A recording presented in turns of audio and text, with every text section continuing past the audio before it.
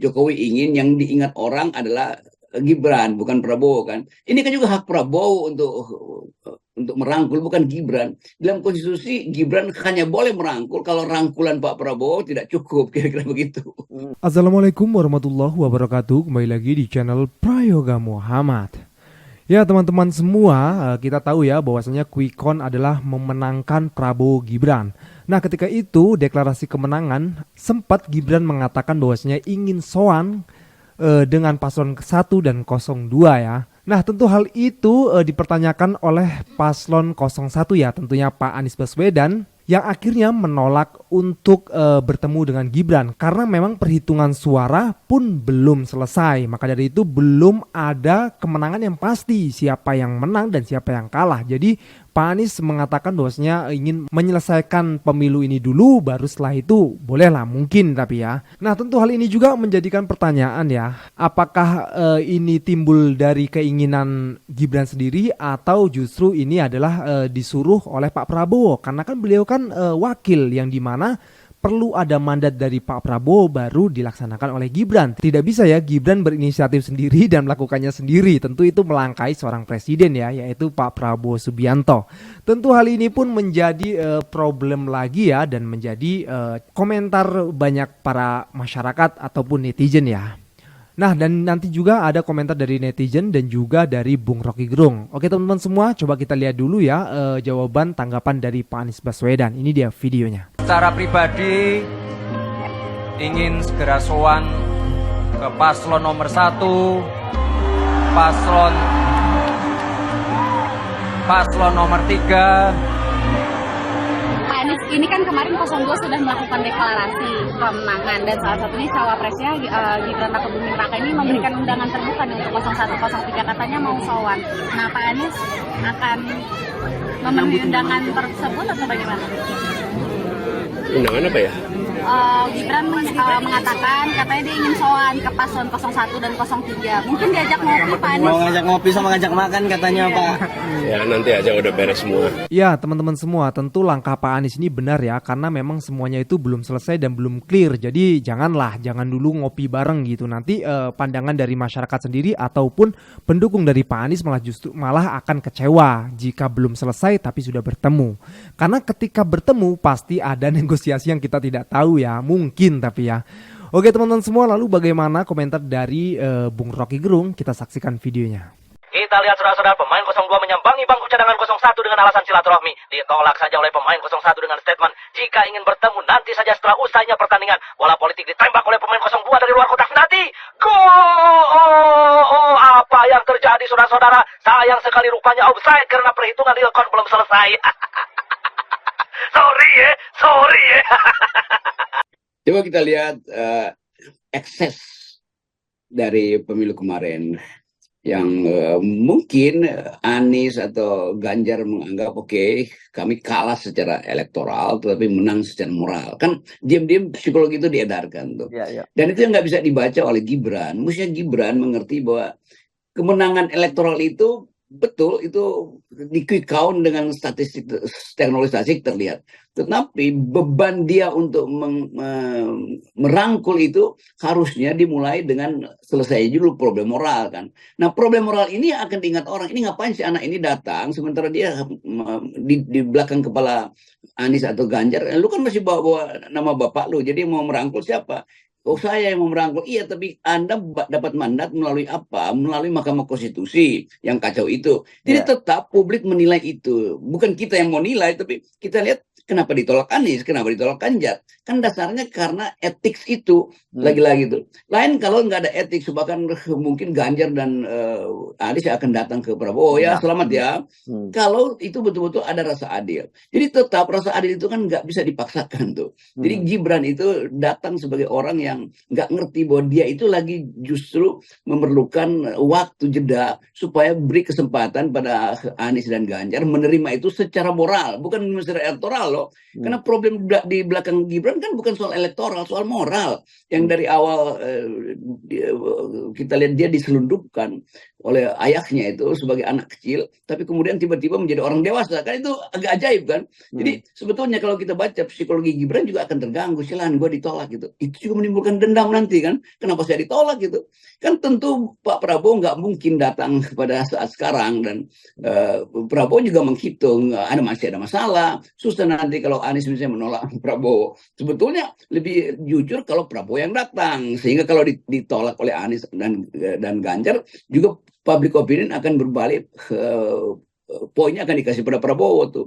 Karena Prabowo tetap dianggap diam-diam dipaksa untuk menerima Gibran. Kira-kira itu masalahnya kan. Jadi hitungan-hitungan kalkulasi psikologi ini luput dari perencanaan strategis kubu koalisi 02. Ya. Atau jangan-jangan menurut saya bukannya memang nggak tahu dia, Bung Rocky, bahwa yang dia lakukan itu salah. Karena kalau dia paham, saya kira dia nggak akan melakukan itu gitu. Ya, saya juga berpikir begitu, ngapain Gibran yang pergi? Kan Gibran bilang nanti Pak Prabowo akan datang, jadi saya cuma bawa undangan, maksudnya izin untuk bertemu dengan presiden saya. Ini ngapain Gibran? Gibran itu kan wakil presiden yang tadi masalah moralnya tinggi, juga sekaligus dianggap ini secara etis apa sih menemui ketika wakil presiden mau menemui itu penanda bahwa Jokowi ingin yang diingat orang adalah Gibran, bukan Prabowo kan. Ini kan juga hak Prabowo untuk merangkul, bukan Gibran. Dalam konstitusi Gibran hanya boleh merangkul kalau rangkulan Pak Prabowo tidak cukup, kira-kira begitu. Ya itu ya kata Bang Rocky Gerung ya. Ngapain sih Gibran harus yang maju gitu ya. Justru kalau misalnya rangkulan dari Pak Prabowo tidak cukup, baru Gibran tuh sebagai wakil maju, kan gitu logikanya ya. Ya teman-teman semua, menurut gue pribadi ya, kemarin kan baru menang di QuickCount ya, walaupun saat ini KPU sudah menampilkan ya hitungan cepatnya, tetap paslon 02 yang unggul gitu ya. Tapi di balik itu semua banyak banget kan berita berseliweran, video-video tentang kecurangan. Lalu ini bagaimana nantinya? Pasti akan ditindaklanjuti oleh tim Amin dan juga tim 03 ya. Oke teman-teman semua, kita lanjut lagi ke videonya. Jika melihat hasil quick count, apakah bisa disimpulkan kalau Prabowo Gibran adalah pemenang Pilpres 2024? Jelaslah, bahkan kemenangannya 57 sampai dengan 60%, yang artinya kemungkinan besar mereka akan menang satu putaran. Lalu bagaimana dengan hasil real count resmi KPU nanti? Itu pun mungkin Prabowo Gibran juga akan memenangkan Pilpres dalam satu putaran. Kalau begitu, apakah artinya Prabowo Gibran akan sah menjadi presiden dan wakil presiden Indonesia untuk tahun 2024? Oh, kalau itu nanti dulu. Kalau itu belum tentu. Kenapa? Karena baik hitung cepat maupun hitung manual resmi KPU, keduanya hanya menghitung jumlah suara tanpa sedikit pun mempertimbangkan kecurangan yang terjadi di dalam prosesnya. Padahal gue menemukan banyak sekali video kecurangan yang dilakukan untuk keuntungan Prabowo Gibran. Banyak bertebaran di semua medsos kok videonya. Malah semakin kesini semakin bertambah banyak video-videonya. Padahal untuk bisa sah menjadi presiden satu putaran, Prabowo Gibran wajib menang 50% lebih dan sekaligus tidak melakukan tindakan kecurangan yang terstruktur, sistematis, dan masif. Kemudian untuk bisa menang satu putaran, maka Prabowo Gibran juga harus menang 50% lebih di 20 provinsi di seluruh Indonesia. Nah, menurut gue, ini tidak masuk akal. Karena kalau Prabowo Gibran disukai secara merata di seluruh daerah di Indonesia, maka tidak mungkin ada keresahan para guru besar. Tidak akan ada juga demo mahasiswa, buruh, dan masyarakat. Padahal, faktanya jelas ada. Jadi kesimpulannya, pertandingan ini masih jauh dari selesai. Peluit tanda berakhirnya pertandingan belum lagi ditiup. Belum saatnya kita mengakui kemenangan Prabowo Gibran. Maka itu artinya harapan perubahan itu masih ada. Artinya masih panjang pula perjuangan kita semua. Kita akan berjuang sampai benar-benar di akhir, sampai siapapun yang menang secara sah nanti dilantik oleh MPR. Tapi kawan-kawan pejuang perubahan sekalian, perjuangan panjang kita itu membutuhkan semangat dan harapan. Jadi ayo kita semua tetap memelihara semangat dan menjaga harapan kita tetap hidup. Salam semangat antitesa 24. Intinya tetap semangat, jangan menyerah, jangan resah, serahkan semuanya kepada Allah. Yang penting kita harus tetap menjaga suara-suara, mengawal suara-suara, dan mengumpulkan bukti-bukti jika ada kecurangan. Oke teman-teman semua, inilah salah satu ya kecurangan yang terjadi. Coba kita lihat dulu videonya. Sini. Ada yang lucu. Lihatin ya. Kalian masuk ke websitenya pemilu2024.kpu.go.id. Lalu pilih provinsi, kamu pilih Jawa Timur. Di kolom kota dan kabupaten, kamu pilih Kabupaten Malang. Nah, lalu pilih Kecamatan Bantur. Pilih lagi Kelurahan Bantur. Yang terakhir kamu pilih TPS 035. Tenang, sebentar lagi kamu akan ketemu dengan kelucuannya di mana. Sabar ya. Nah, ini dia 136 orang berubah jadi 136.000 sekian. Yang nyoblos orang atau genderuwo ya. Lucu kan? Kalau kata gua mah ya, kalau mau curang jangan tanggung, sekalian aja dibikin 136 juta. Nah, biar melebihi jumlah penduduk di Indonesia. Siapa tahu nanti jumlah pemilihnya mencapai 400 juta. Keren bos. Alhamdulillah bang, sudah di reset kayaknya, data sedang dalam proses. Padahal C1-nya udah keluar ya. Bener yang kata abang bilang tadi, berapa 96 Prabowo ya. Tuh lihat, C1-nya udah keluar 96, tapi sedang dalam proses datanya ini. Mungkin gara-gara video abang viral kan, jadi sedang dalam diproses. Dan teman-teman 01 yang mau kawal suara Amin bisa cek langsung website KPU, bandingin antara C1 dengan yang diinput. Jangan sampai ada yang lolos guys. Jangan sampai quick count itu menghalangi kita untuk mencari tahu kebenaran di pemilu ini. Untungnya di pemilu kali ini ya ada website dari KPU dan kita di situ bisa langsung cek ya C1-nya dan yang di-input gitu ya. Jadi ada kesalahan bisa dicek langsung, bisa divideokan dan bisa menjadi bukti nantinya. Kita tidak tahu ya ini benar-benar kecurangan atau gimana, apa memang kesalahan sistem, tapi kok bisa gitu loh. Harusnya kan maksimal tuh 300 kan ya, harusnya dikunci tuh dari 300 pemilih gitu ya.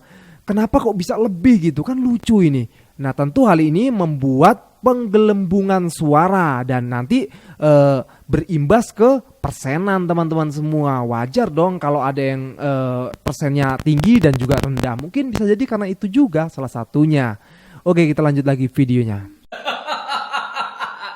Terbuktikan negara ini sudah digadaikan sama Maya.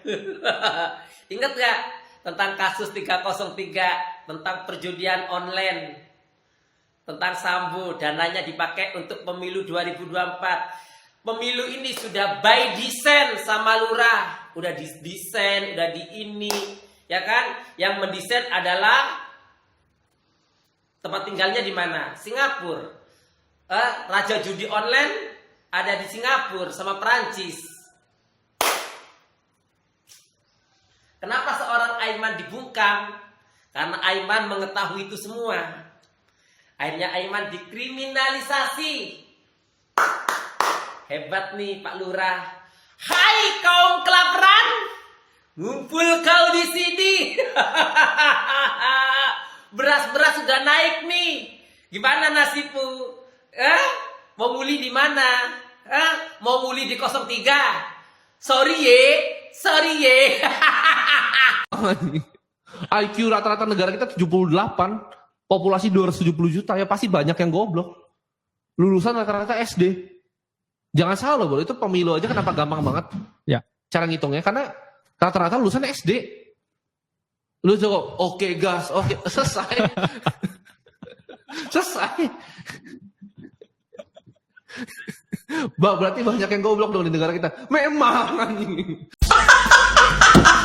Kan emang begitu, pendukung 02 juga udah tahu bang, di visi misi ada itu tertulis 2029 baru terrealisasikan. Pendukung Anies ya, makanya nggak baca visi misi Prabowo. Emang begitu bang, kalau sekarang mah bodo amat, mau nggak ada kerjaan atau melarat mah bodo amat bang. Yang penting 2029 nanti, pas mau pemilu ada makan siang gratis, ada joget-joget lagi. Penting itu bang, mana sih, nggak baca visi misi ya, parah tuh. Guys, ini program makan siang gratis Prabowo sudah dimulai nih.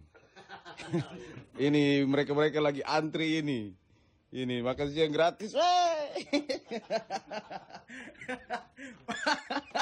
Makan siang gratis ini Pukoki yang dapat proyekin dari Prabroro. Ini andaikan program makan siang gratis sudah berjalan, nanti suami-suami kayak begini nih, mengantri makan siang gratis ini nih. Ini makan siang gratis ini simulasi. Makan siang gratis, makan siang gratis ini. Ini makan siang gratis satu di bawah tuh. Sebagai sesama edukator, lebih baiknya kita tuh bijak, gak cuma baca berita doang kontennya. Nguyen, bukan kamu doang kok yang pintar, kita ngerti kok kalau tapi ngomong-ngomong kenapa ini harus digoyang-goyang, kenapa nggak bisa stay tenang di sini, kenapa harus begini-begini, kalau ngomong kan bisa begini ya. Kita ngerti kok bahwasanya program itu harus melakukan persiapan dan dilakukan secara bertahap. Masalahnya kan presidenmu, calon presidenmu pada saat kampanye tidak pernah menjabarkan, tidak pernah menjelaskan kepada rakyat bahwasanya itu akan dilakukan secara bertahap. Nah, rakyat kecil yang tidak terdidik kan taunya bahwasanya itu akan mereka akan dapat secara bersamaan. Dan bagaimana caranya nanti akan membagi mana yang duluan, mana yang tidak. Anggap dimulai tahun 2025. 2025 siapa yang dapat, anak mana yang dapat 2025. Terus anak yang belum dapat harus menunggu sampai 2026. 2026 mereka harus menunggu, setelah itu mereka juga kebagian tahun 2026. Lalu mereka harus menunggu lagi sampai 2027. Nggak kebagian lagi 2027, terus harus menunggu lagi 2028, udah keburu mati duluan nunggu makan siang gratis. Gimana sih Nguyen? Lain kali lu kalau bikin video tenang dikit, kenapa sih? Apa? Jangan ngerasa pintar sendiri lah ya Nguyen ya. Udah bang, udah ya. Capek gue liatnya digoyang-goyang mulu. Ya ini teman-teman semua, ini yang bikin jengkel masyarakat dan netizen ya ini. Dan mereka itu loh yang membela, selalu ngomong ya gini-gini spread gitu. Kan harusnya kan dijelaskan waktu kampanye. Nih mau akan ada makan siang gratis untuk anak-anak Indonesia, tapi bertahap ye. Tahun ini sekian-sekian, tahun ini sekian-sekian. Lah ya jelas dong, masyarakat langsung telan gitu aja kan. Nanti kalau ini menang langsung makan gratis. Itu bener loh, tetangga gue sendiri ada loh yang kayak gitu. Jadi gak bohong, bener itu. Oke, kita lanjut lagi videonya. Woi, lo yang kemarin teriak-teriak oke gas, sekarang lu nungguin makan-makan 2029. Kesian deh lo. Kalau mau makan-makan datang ke sini. Lagi makan-makan, lagi pesta. Di mana, Beb? Polonia Ajajira. Yang bukan kaleng-kaleng. Nah, kalau besok makan gratis di mana, Beb? Bayar, mahal, nggak mampu. Ente tungguin aja 2029. Minum susu asam sulfat aja, tunggu tanggal 29 ya. Tuh ya, jadi nggak usah lu yang kemarin dibohongin. Aduh, gua kesian nih lo pengikut belimbing sayur. Pikiran, lihat dong, nggak kaleng-kaleng minumnya pikiran. Oke ya, selamat berbahagia. Pura-pura bahagia itu emang capek kawan. Buat orang-orang yang kena prank dari 02, sabar, tenang aja, perhitungan masih berjalan. Enggak, lu belum kena prank, belum. Tenang, ada 2 putaran, tenang aja. Orang lagi dihitung, kan 2 putaran milihnya Pak Anies ya. Dia kan udah dijanji tuh, terus dia seakan-akan menang. Udah sujud syukur. Terus janjinya dia katanya 4 tahun lagi baru terrealisasi itu makan siang gratis. Berarti kan lu kena prank, ya kan? Belum. Ntar putaran kedua pilih Pak Anies, ya biar hilang tuh prankannya. Salam makan sehat, ya 2 putaran. Ingat, Anies Baswedan. Ya teman-teman semua, ingat ya, ketika nanti 2 putaran, insya Allah kita semua akan dukung Pak Anies Baswedan. Ya kita berdoa saja ya teman-teman semua. Kita tetap kok akan menerima siapapun itu yang akan menjadi presidennya. Tapi benerin dulu caranya gitu loh. Cara menuju ke sananya gitu loh. Kalau bener ya kita ikut aja, kita setuju aja. Dan kita akan menjaga siapapun itu presidennya. Oke teman-teman, mudah-mudahan video ini bermanfaat untuk kita semua ya. Jangan lupa untuk berikan komentar dan kritikan kalian di bawah ini. Jangan lupa juga untuk like, subscribe channel ini. Sekian dari gua Prayoga Muhammad. Wassalamualaikum warahmatullahi wabarakatuh.